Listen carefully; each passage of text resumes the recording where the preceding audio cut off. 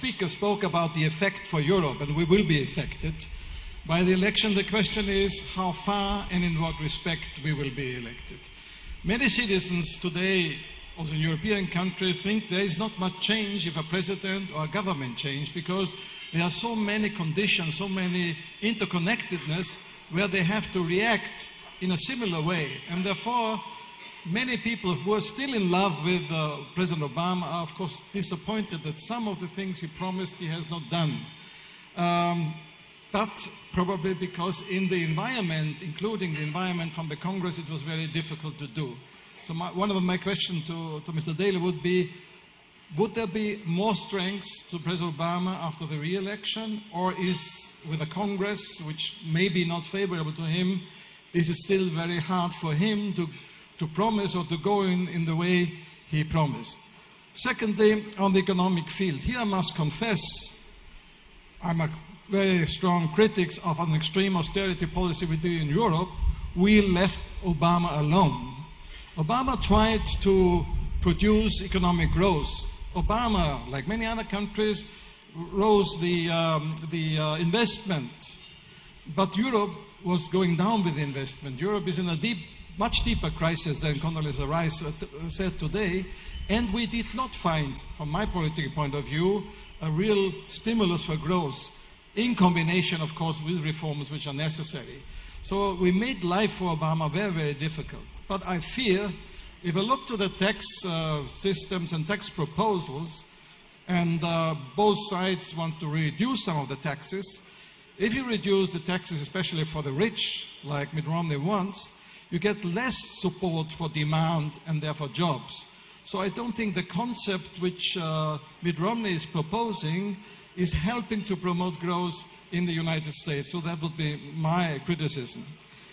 Very disappointed I am also that it was not successful or not possible for the US and Europe to cooperate strongly, more strongly on the regulation of the financial markets. Because here, we tried both in European Parliament and Congress to have some parallel legislation, which in some way, in some elements we did, but finally we were not successful really, because otherwise we cannot control financial markets if Europe goes a totally different way, like the US goes a different way. So again, I think that probably with Obama and a Democratic Congress it would be easier, but it was not really done in a sufficiently cohesive and common approach between Europe and the United States. Now we start now a free trade agreement, or the free trade agreement discussions between the US and Europe, which I would favor very much, which would be important to promote growth and development in both in the US and Europe. I hope that both candidates and the president, whoever will be elected, are promoting that free trade agreement, because it is about a step towards creating a common market between the United States and Europe. We have to go together, and we'll come to that at the end of my brief intervention, because only together on many economic issues we can act. We have new competitors, common competitors, like China, but even like Brazil and India and so on. If we don't go together, we will be lost in many cases, therefore we have to go together. Cybercriminality has been mentioned and has been discussed quite rightly. Again, this is a subject for strong cooperation. We have a different concept on some of the issues, like the US on the European side.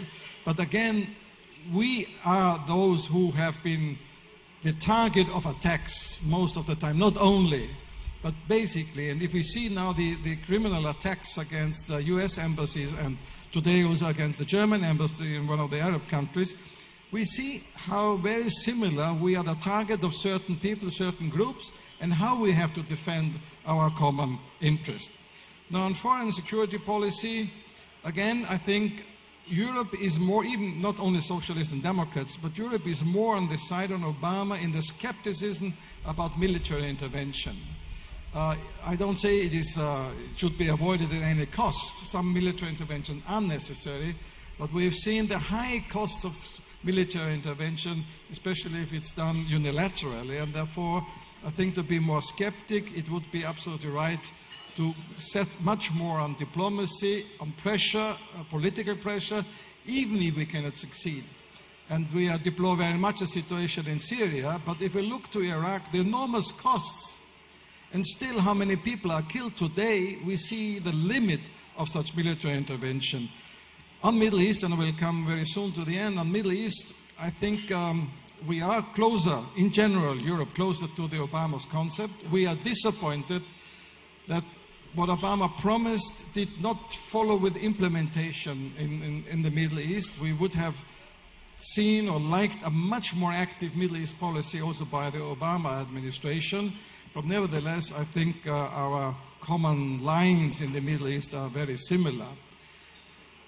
One question, of course, is we have a very strong Cairo speech by Obama, which is very welcomed in the Arab world, but also in Europe. And I think, perhaps it's a question also to the speaker, if it would be possible for Mr. Romney to have some similar speech like the Cairo speech of Obama, because that was a very important speech in trying to overcome some of the cleavages between the Arab world and the Western world.